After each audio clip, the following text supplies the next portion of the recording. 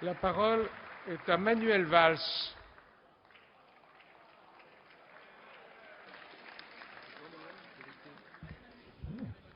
Monsieur le Président, ma question s'adresse également au ministre de l'Intérieur. Dans la lutte contre l'insécurité comme dans la lutte contre le chômage, l'heure du bilan a sonné. Et sur ce front également, votre échec est cruel. Le rapport de la Cour des comptes a établi un constat implacable. Depuis 2002, les violences contre les personnes ont progressé de 21%. Et aujourd'hui, un Français sur 5 se sent en insécurité. Des faits d'une extrême gravité ont encore marqué les esprits et les consciences ces derniers jours. Cet échec n'est pas celui des forces de l'ordre, des policiers nationaux, des gendarmes, des policiers municipaux dont nous saluons tous l'engagement. Et je veux ici, à mon tour, au nom du groupe socialiste, rendre hommage à ces hommes et à ces femmes qui risquent leur vie tous les jours. Cet échec est celui de votre politique.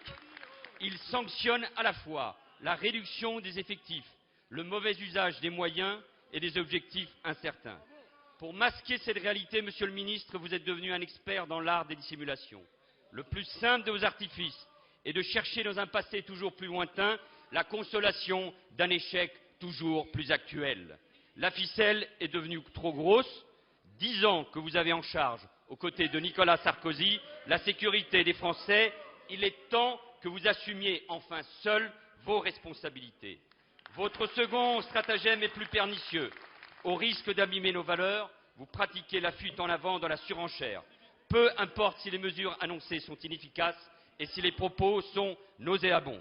Alors, ce n'est plus la gauche qui dénonce votre incompétence, ce sont les Français eux-mêmes, dont il est vrai vous n'avez jamais été élus, qui vous le disent. Il est temps que vous tiriez les leçons de cet échec. Monsieur le ministre de l'Intérieur.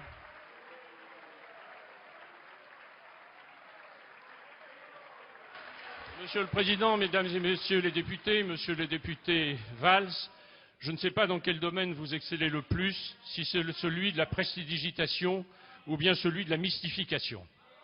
Une fois de plus, vous essayez de nous démontrer que le bilan du gouvernement depuis 2002 est un échec et que votre échec a été un succès.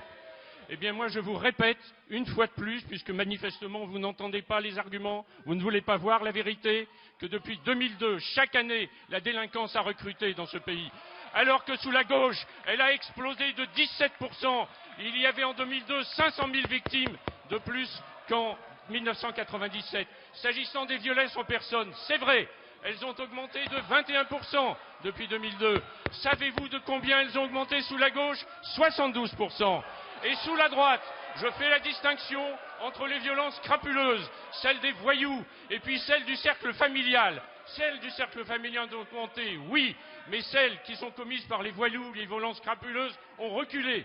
La violence la plus dure, c'est celle des homicides. Eh bien, le nombre des homicides a reculé de 40% depuis 2002. C'est ça la vérité. Alors, arrêtez de mentir aux Français. Je trouve que de mentir aux Français, c'est quelque chose qui est extrêmement grave.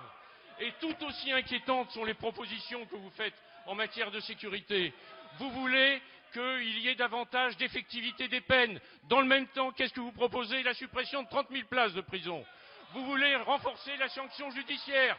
Qu'est-ce que vous proposez? La suppression des peines planchers. C'est-à-dire que vous voulez donner une chance supplémentaire aux récidivistes. Il est vrai que depuis ce matin, nous avons une indication sur vos intentions. Monsieur François Hollande a déclaré quelle serait sa politique. Eh bien, sa politique, ce sera une politique dans la durée.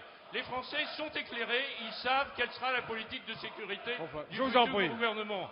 Ce que je peux vous dire, c'est que nous considérons que contre les voyous, nous avons à défendre les victimes.